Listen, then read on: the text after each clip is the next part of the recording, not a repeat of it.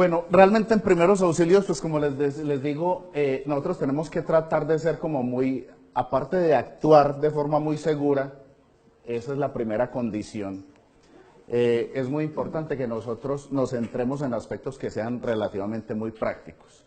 Yo quisiera iniciar con un video que, el video es un poquito difícil de ver, de observar, pero son situaciones que realmente nosotros no estamos exentos de verlas todos los días, de forma muy cotidiana, listo. Especialmente cuando transitamos en vías, ustedes que salen mucho, que realmente se desplazan de un lugar a otro, pues no están exentos de esa situación.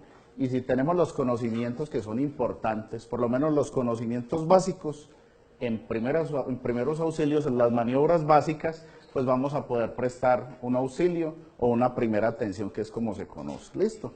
Hoy es importante que nosotros cambiemos un poquito el concepto que manejábamos de primeros auxilios. Realmente lo que manejamos hoy por hoy es una primera respuesta, así se conoce. La Organización Mundial de la Salud y la Organización Panamericana de la Salud han querido que todo ser humano que habita la Tierra, que habitamos la Tierra, nuestro planeta, conozcamos por lo menos las maniobras básicas de primera respuesta. O sea que ya no manejamos tanto el concepto de primeros auxilios, sino que manejamos el concepto de primer respondiente. ¿Estamos hasta ahí? Muy bien. Entonces vamos a mirar este video que les traigo. Vamos a observar muy bien.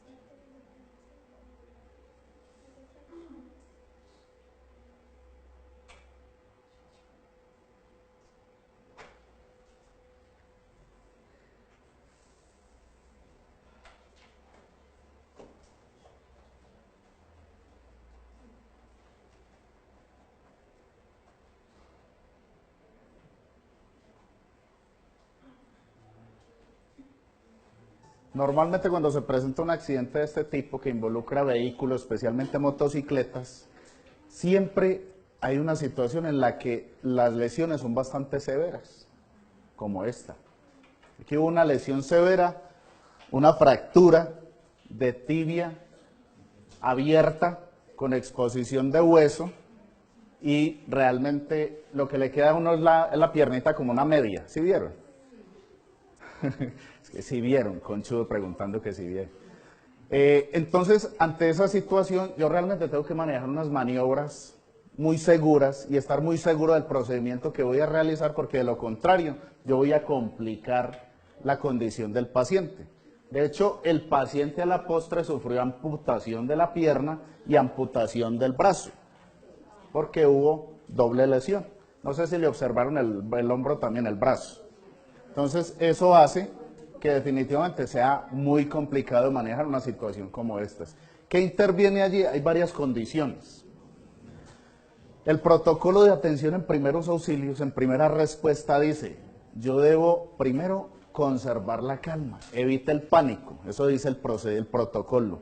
Y resulta que lo que más abunda allí son los familiares del paciente, los amigos más allegados, y le toca a uno empezar a convivir con una situación adversa para uno como primer respondiente, que es esa.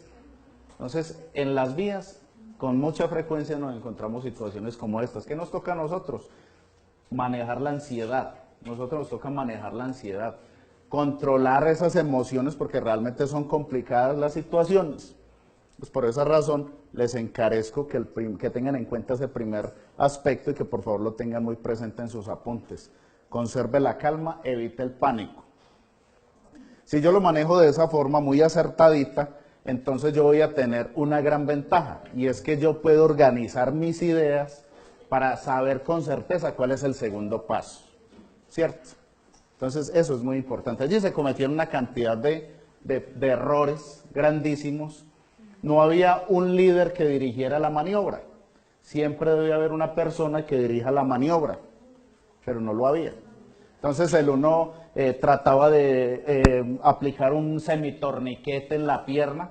Los torniquetes hoy por hoy están mandados a recoger. Ya no se hacen torniquetes. A no ser que el torniquete se realice por una persona que conozca, experta en el tema, que sepa que el torniquete se aplica y con cierta frecuencia se afloja nuevamente. Porque de lo contrario vamos a tener una situación complicada, se necrosa la extremidad o esa partecita del cuerpo y necesariamente hay que amputar.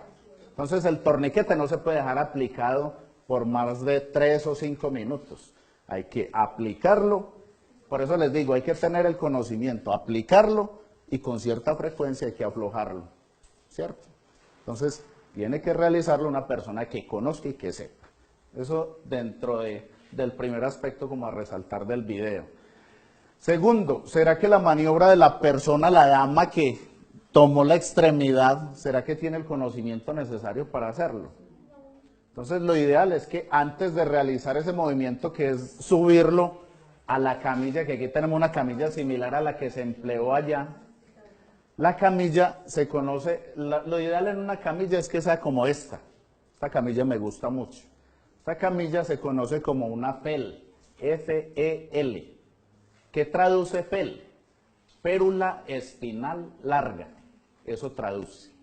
Entonces a partir de este momento ustedes ya van a decir, alguna situación adversa en uno de los pisos superiores, por favor me traslada la FEL aquí al tercer nivel o al cuarto nivel, o la camilla rígida o la tabla, porque así se conoce también, pero el nombre técnico es una FEL, férula espinal larga, porque lo que pretendemos o lo que buscamos nosotros es que lo menos posible vayamos nosotros o busquemos proteger lo que es columna cervical y columna vertebral. A eso le queremos apuntar nosotros con la camisa, con esta FEL. Y ustedes ven que también tenemos un inmovilizador cervical, aquí está. Este es un inmovilizador de Filadelfia, se conoce. Pues no de Filadelfia, Caldas. Entonces tenemos el inmovilizador, es un accesorio también muy importante que consta de dos partecitas, ¿sí? Hay una partecita que es el componente o el accesorio de la otra, y lo que se busca con ella es que nosotros podamos, con estos velcro que tenemos, ahorita vamos a solicitar aquí un modelo para que veamos cómo es la forma correcta de poderlo utilizar.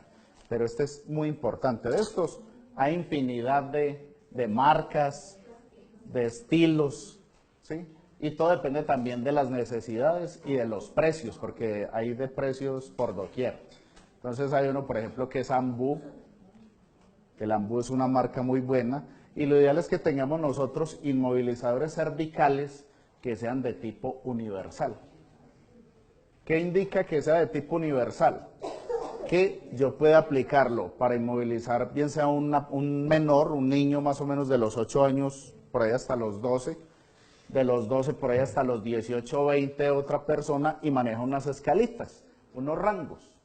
Y con base a esos rangos, yo simplemente lo que hago es tomar una medida del cuello, de aquí del oído, de la orejita, hasta dónde va el cuello. Hay personas, o hay conmigo personas que tienen el cuellito de pronto más largo, otros más angostico. Hay cuellos tipo jirafa, por ejemplo, ¿sí?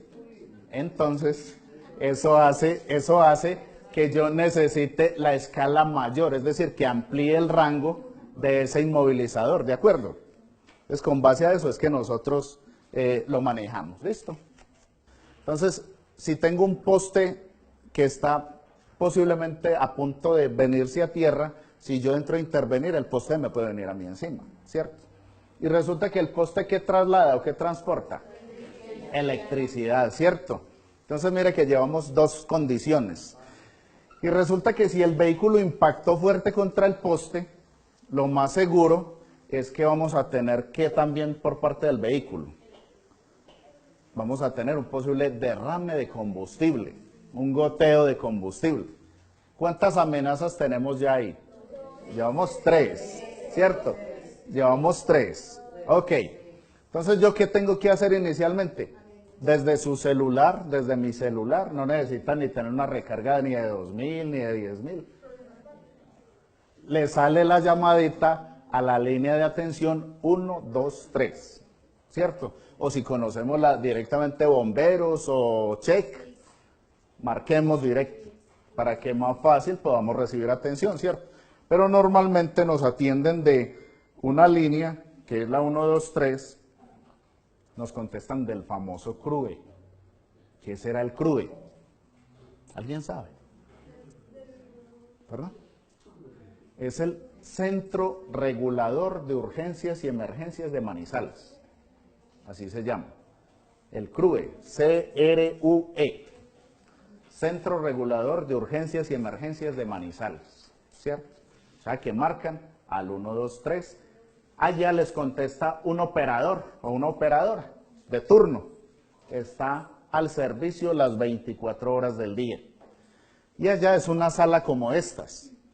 Y en esa sala como estas, esas personas recepcionan. El operador recibe la llamada inicialmente.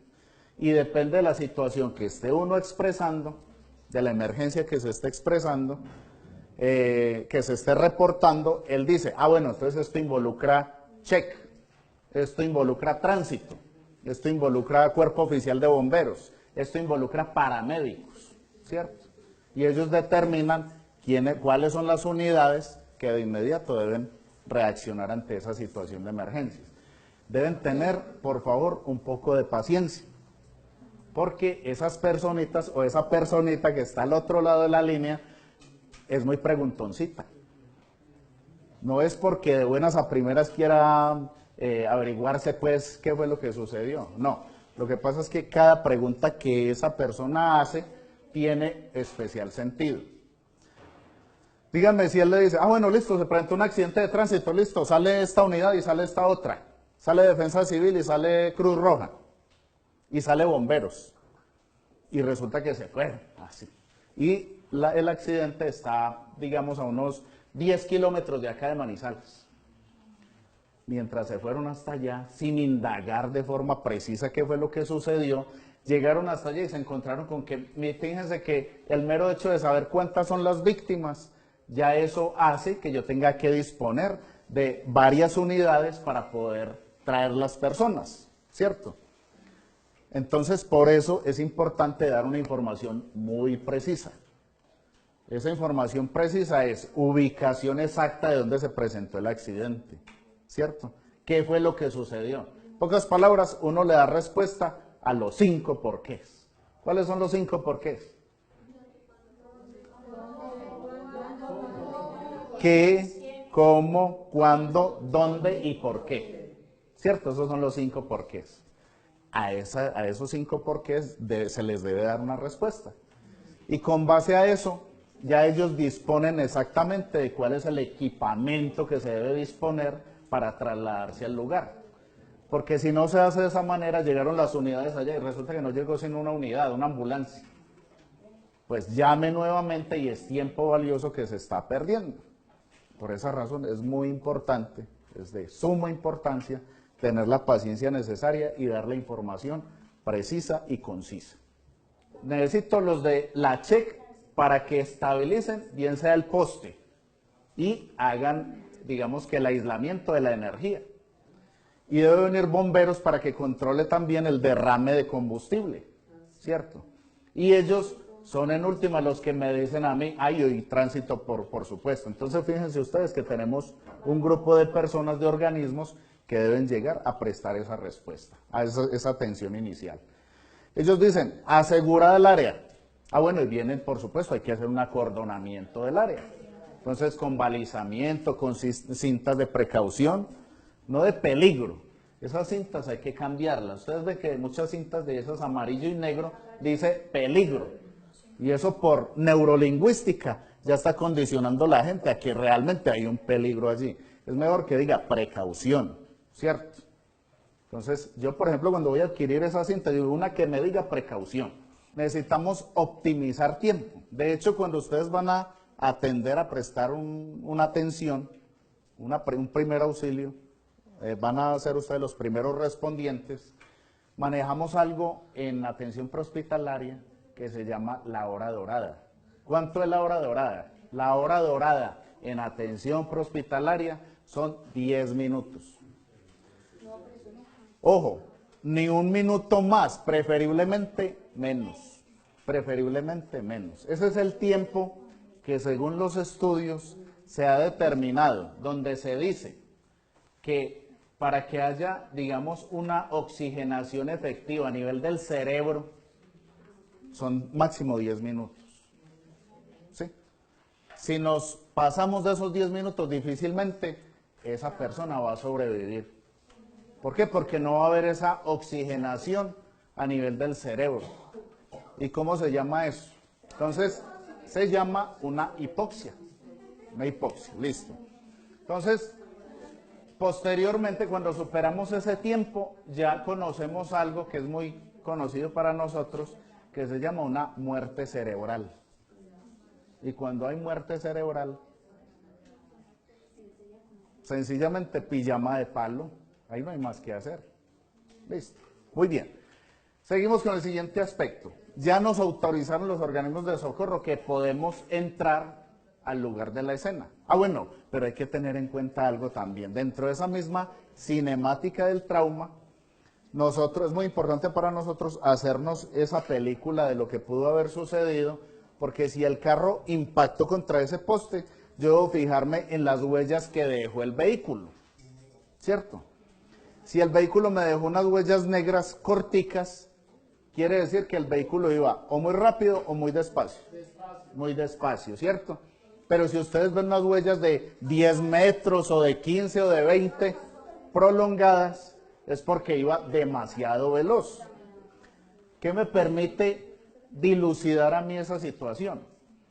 Que depende, si las huellas son demasiado largas, que el impacto fue muy severo y que las lesiones son muy severas las de los pacientes que están al interior.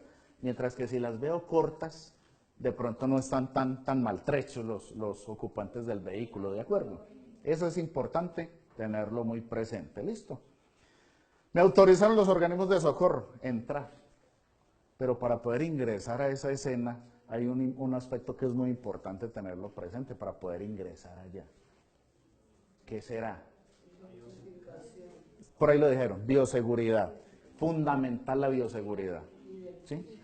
Ah, sí, claro, esto tiene que estar también identificado, pero ese tema de la bioseguridad es fundamental. Yo no puedo entrar con mis manitos así como de buenas a primeras, pues allá, no, sí, vea, yo lo voy a auxiliar, mi nombre es fulanito de tal. No, por favor, tengamos en cuenta ese tema que es sumamente delicado, bioseguridad. Y dentro de bioseguridad, ¿qué elementos son necesarios para eso? Guantes, tapabocas, uno muy importante, gafas. Yo necesito gafas. ¿Por qué? Porque hay salpicadura de fluidos y demás, y yo necesito protección. Ojo, que no se les olvide, para el auxiliador, para el primer respondiente, primero su seguridad, segundo su seguridad, tercero su seguridad, y siempre va a estar la seguridad del auxiliador por encima de todo. ¿Estamos hasta ahí? Muy bien, importantísimo eso. Cuando ya tengo, bueno, y un detalle bien importante. Ojo que la bioseguridad no es solo para el primer respondiente. La bioseguridad involucra también la seguridad para el paciente. Porque es que siempre pensamos, tenemos un concepto muy erróneo donde decimos, no, es que yo tengo que protegerme. ¿Y será que el paciente no? ¿Será que yo no puedo contagiar al paciente de algo de lo que yo sea portador? ¿Cierto que sí? Entonces es la responsabilidad que se tiene en el tema de bioseguridad, pero les digo, es la ética y el respeto por el paciente. Entonces cuando se dice afloje prenda, es lo que realmente uno puede aflojar a simple vista. Por ejemplo, en el caso de los varones, de los caballeros, es aflojar el cinturón solamente, ¿cierto? Y en las damas, sí, sí, claro, y la corbata, pues, y toda la cosa, ¿cierto? El corbatín, si es que lo lleva, porque, pues, claro, uno normalmente la corbatica la tiene bastante ajustadita, hay que aflojar lo que realmente se puede aflojar. Listo. Y en las damas, pues, realmente es más complicado con las damas, pues, ese tema de afloje prendas. Hablando del tema de responsabilidades, yo les tengo que mencionar a ustedes qué responsabilidad implica prestar una atención como esta, o una primera respuesta. Resulta que hay un caso que es muy típico, los brigadistas que nosotros formamos en las empresas. Nosotros los capacitamos a ellos en todos los temas que involucra el plan de emergencias. ¿Cuáles son esos? Entonces es primera respuesta o primeros auxilios, control y prevención del fuego, búsqueda y rescate, evacuación. Bueno, aunque evacuación se le orienta específicamente a un grupo X. Y ese grupo X son los que tienen un rol específico solamente como primeros respondientes, como líderes de evacuación, ¿cierto? Y hay otro tema, que es el tema de moda, que se llama gestión de la seguridad. Gestión de la seguridad, que es sumamente importante también. Entonces, les formamos en básicamente en esas 4 o 5 modalidades. Y resulta que muchas veces llegó el brigadista nuevo, y uno es muy gomoso al principio. Cuando usted llegó a la empresa, usted le dice, bueno, te damos la bienvenida, proceso de inducción, qué chévere, los elementos de protección personal, nuestro organigrama está contemplado de la siguiente manera, de aquí este es nuestro gerente, luego se despliega de esta manera, en fin. Y resulta que le dicen, bueno, y te entregamos el chaleco, a partir de este momento eres brigadista de nuestra empresa. Y entonces uno en la goma, cuando el tema le gusta, porque realmente es un tema apasionante, interesante, dice, uy, qué chévere. Entonces, claro, se pone de una vez su chaleco y atrás dice grande, brigadista.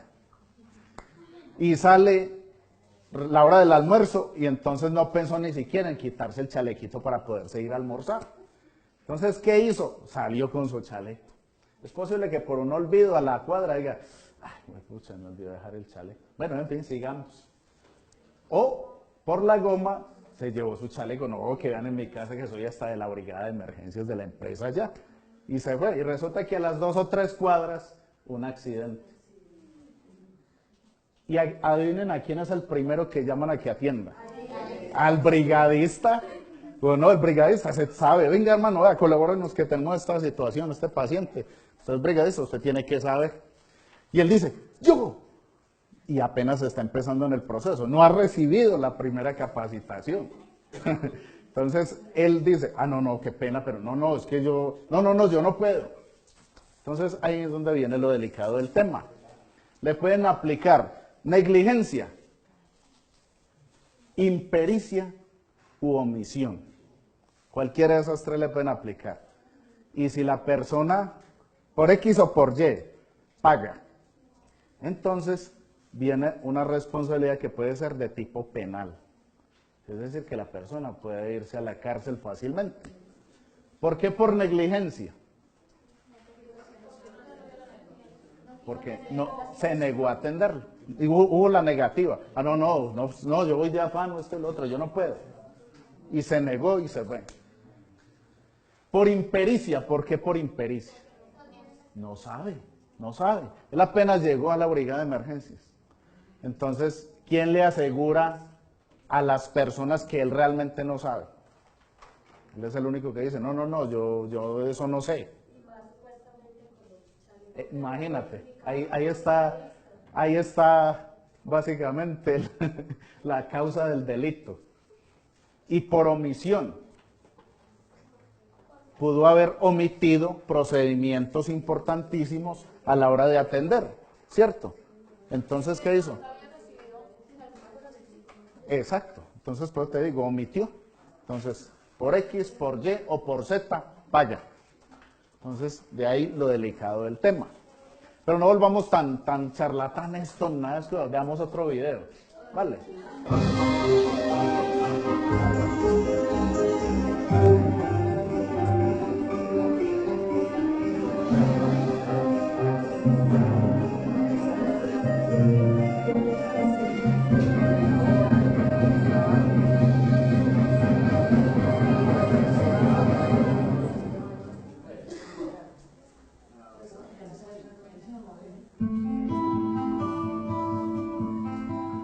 Hemorragias. Las hemorragias son pérdidas anormales de sangre de los vasos sanguíneos. Esta pérdida de sangre puede ser al exterior o en una cavidad interna del cuerpo. También se pueden dañar diferentes tipos de vasos sanguíneos. La mayoría de estas no desencadenan ningún proceso de naturaleza mortal, aunque cuando la cantidad de sangre perdida es importante, pone en peligro la vida de la persona. Las hemorragias son posibles de clasificar de la siguiente manera: por su tipo: arterial, sangre roja y brillante; pulsátil, esto es al ritmo de los latidos del corazón, es grave debido a que se pierde gran cantidad de sangre; venosa, sangre oscura, sale en el flujo continuo; capilar, sale a gotitas; según su naturaleza: interna, hemorragias digestivas; externa, heridas. Las hemorragias pueden ser espontáneas, por deficiencias en coagulación sanguínea, por toxicidad o efectos secundarios de medicamentos, por envenenamiento, por lesiones ulcerosas externas como consecuencia de traumatismos en que además se ha lesionado secundariamente un vaso sanguíneo, por lesiones ulcerosas internas, como sería el caso de una hemorragia digestiva. Es por la ruptura de un gran vaso en la mucosa gástrica lesionada. Eventualmente puede ser causado por estrés, especialmente del trauma. Traumáticas, que son más frecuentes, y es por ruptura de vasos sanguíneos. Hemorragias externas. ¿Qué hacer? La detención de la hemorragia arterial o venosa de grandes vasos se lleva a cabo mediante procedimientos mecánicos o físicos. Coagulación sanguínea corresponde a una serie de procesos biológicos cuyo propósito es detener la hemorragia. En condiciones normales se produce espontáneamente y puede ser suficiente para producir hemostasia, es decir, la contención de la hemorragia. Solo los grandes vasos sangrantes, especialmente arterias, necesitan intervención externa para detener el flujo de sangre.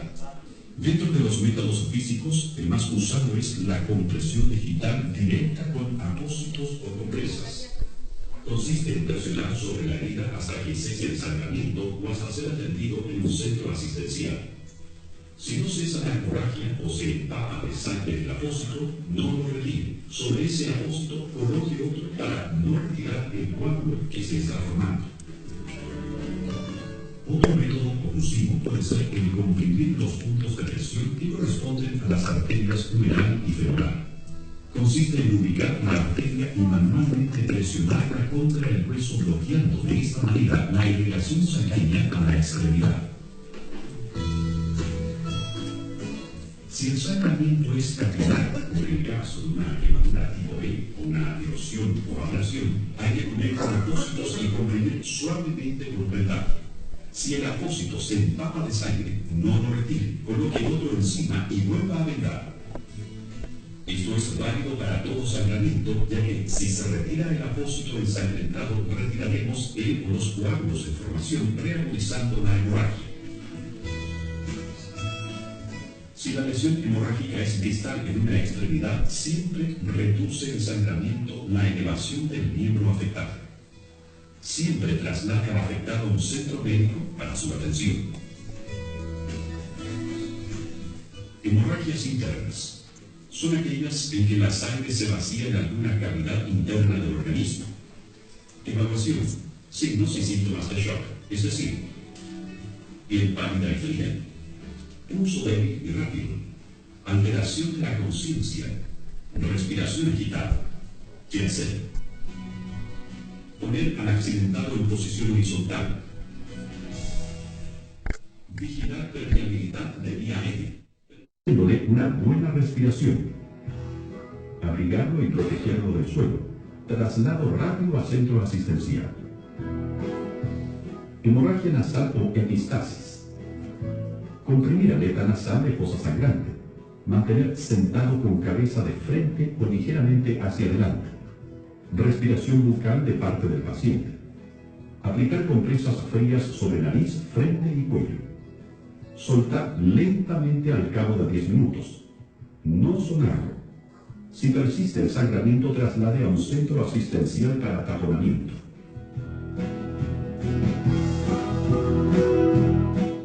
Seguidamente, ¿qué vamos a hacer nosotros? Ya tenemos bioseguridad y toda la cosa, muy juiciositos. Vamos a ingresar a la escena y vamos a realizar una valoración primaria de la víctima. Como yo lo que hice fue preguntar, buenos días, buenas tardes, ¿alguien de ustedes sabe de primeros auxilios?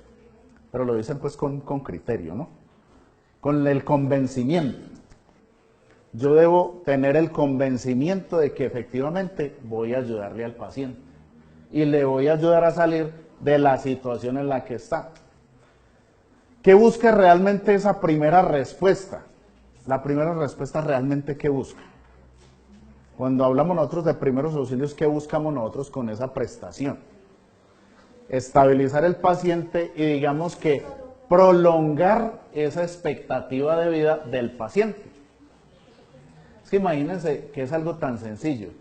El ser primer respondiente, el prestar esa primera respuesta, con el mero hecho de ustedes marcar al 1, 2, 3, pedir ayuda y evitar, tranquilizar el paciente y evitar que se mueva, con eso ustedes ya están prestando esa primera respuesta. Con algo tan sencillo, que es diferente. Dígame, normalmente los pacientes cuando sufren un impacto fuerte, un estrellón o en fin, entran en medio de un desespero, de una zozobra impresionante. Es mi obligación tranquilizarlo y decirle, tranquilo, no te preocupes, ya viene el auxilio para acá, ya viene la ayuda, la ambulancia no tarda, vamos a respirar tranquilamente, vamos a llevar oxígeno a nuestros pulmones y vamos a estar muy tranquilos. Yo estoy para eso, para apoyarte, para colaborarte y toda la cosa. Si ustedes lo dicen de esa manera, créanme que él se va a tragar el cuento. No, y es verdad, él va a saber que efectivamente lo que quieren es ayudarme, ¿cierto? Entonces, por favor, y lo primero que hace uno es inmovilizar la cabeza. Eso es una inmovilización cervical. Cuando yo abordo al paciente, lo primero que hago es tomar su frente, su cabeza. No apretándolo muy fuerte, no. Buscando que efectivamente yo evite movimientos de la cabeza. Miren que tiene aquí una partecita para reposar el mentón. Mírenlo acá. ¿Sí lo ven ahí? Sí. Esa partecita, esa es la referencia para saber que esta partecita es la delantera, la frontal. Y por ende, pues la otra es la posterior, ¿cierto? Muy bien. Entonces, ¿qué hacemos nosotros? Ojo que si el paciente lo tenemos en el piso, tenemos que ser muy cuidadosos. Debe haber una persona que es la que esté al comando de la inmovilización cervical del paciente. Es decir, que tenga inmóvil su cabeza, ¿cierto? Porque si lo vamos a coger pues y toda la... Venga, ¿no? Y le muevo la cabeza para acá, levante la cabeza que no sé qué, pues no estamos haciendo nada. ¿Para qué le ponemos el inmovilizador? Entonces lo que debemos garantizar a toda costa es que este inmovilizador se debe colocar entre dos personas. Una persona que es la que se encarga de la parte frontal y otra persona que es la de la parte posterior. ¿Listo? Entonces aquí un auxiliar que me colabore con la parte posterior. Claro. Ok.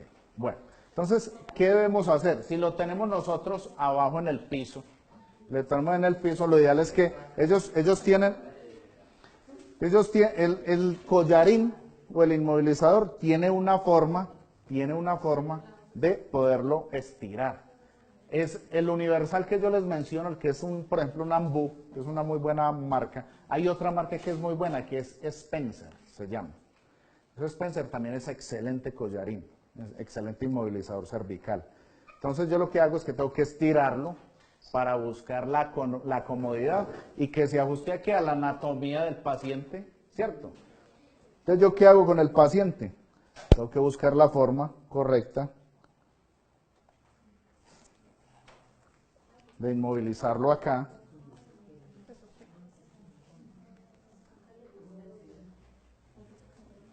Y aquí en la parte posterior, yo tengo que garantizar, él tiene una basecita, ¿cierto? Esa basecita lo que pretende es que cuando yo lo vaya a adaptar de forma perfecta, que acople, entonces tengo que buscar que este velcro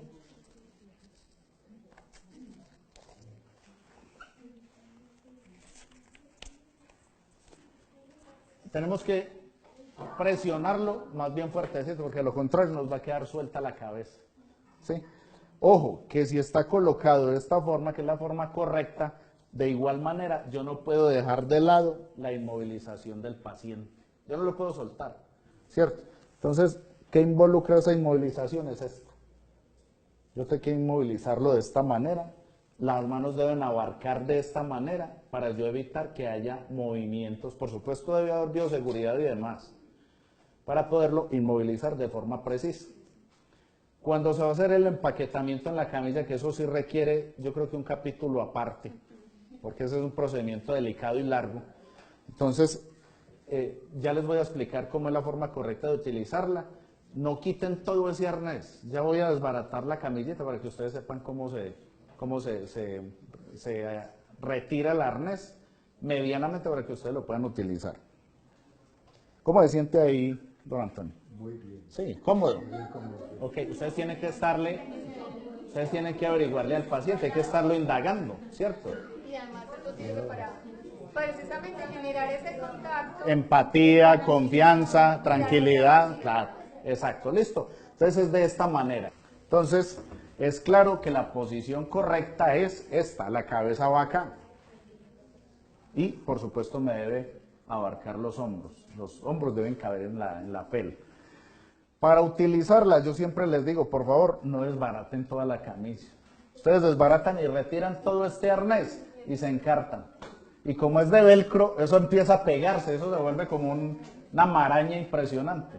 Entonces, por favor, yo siempre les digo, depende de por donde vayan a colocar la camilla, es donde se desbarata. Entonces, ¿yo qué les digo? Cójanla así, retiren esta. Gracias.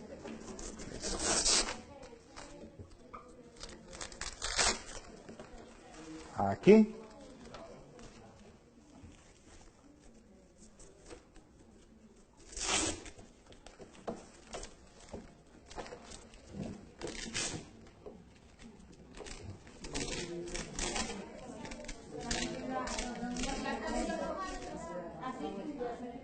Pero solo un lado. Correcto. Mírenla, así debe quedar. ¿Por qué? Porque eso me facilita a mí simplemente el unir las correas. Tensionar, ojo que hay que tensionar bien. La camilla, si yo ubico un paciente de forma correcta en ella, bien alineadito y demás, yo lo que tengo que buscar es que quede bien tensionadito. ¿Cómo me doy cuenta de que quedó bien tensionadito? Porque yo puedo girar esta camilla al contrario, que el paciente quede boca abajo y no se me va a soltar, no se me va a caer. Creo que esta camilla es translúcida, tiene una gran ventaja, que cuando yo llevo un paciente empaquetadito en esta camilla y lo llevo a la clínica y el paciente amerita placa radiográfica, yo no necesito desmontarlo de ahí. Es translúcida, entonces la radiografía me sale como si el paciente no estuviera sobre una camilla, absolutamente sin problema, que eso es muy importante también tenerlo presente. ¿Listo? Muy bien, entonces esa es la forma correcta de poderlo utilizar. ¿Para qué tiene? Hay algunos accesorios que trae la camilla. Por ejemplo, este orificio que tiene en la parte superior es porque muchas veces esta es una camilla de rescate. Entonces, esta camilla necesita que yo, en un precipicio de 200 metros o algo, yo necesite poder extraer el paciente. Entonces, ¿yo qué hago? Cuando lo estabilice en la parte, al fondo del precipicio, lo deje bien empaquetadito, bajo la cuerda. No los lazos, como dicen por ahí, eso no se llama lazos, se llaman cuerdas. Los lazos son para los perros o para los cerdos. Eso, estos son cuerdas. Utilizamos cuerdas para rescate y demás. Entonces, ¿qué hago? Aquí con un nudito que se llama el ballestrinque. Tienen que volver unas duras también en el tema de nudos. Entonces, un nudito que se llama el ballestrinque, con ese ballestrinque aplicado, listo, yo les digo a ellos arriba, sube, y ellos inician el procedimiento para poder extraer el paciente de forma segura del fondo del precipicio, ¿cierto? Lo pueden subir en esa posición, puede subir deslizado a través de la ladera o puede subir elevado, suspendido en el aire. También tenemos estos otros elementos que, aparte de estos espacios que me sirven para poder, digamos que ubicar el arnés, hay otros que también me permiten a mí poder tener un buen agarre con respecto a la fel, ¿cierto? Entonces, lo ideal es que yo pueda, digamos que tener un buen agarre, una buena acogida de esa camilla para que yo pueda hacer un muy buen transporte. El transporte de los pacientes es sumamente importante. Acuérdense, por favor, que pacientes en estado de inconsciencia, ahí lo dijimos, o lo dijeron en el video de hemorragias. Un paciente en estado de inconsciencia es un paciente de cargar y llevar. Usted lo que busca inicialmente es estabilizarlo, tratar de controlar la hemorragia, pero el problema es cuando es interna, por ejemplo, que usted aparentemente no la ve. Entonces es un paciente que, de acuerdo a esos síntomas que nos mostraron, es un paciente de cargar y llevar de inmediato. Porque si la hemorragia es interna, en cuestión de minutos, colapsa y fallece.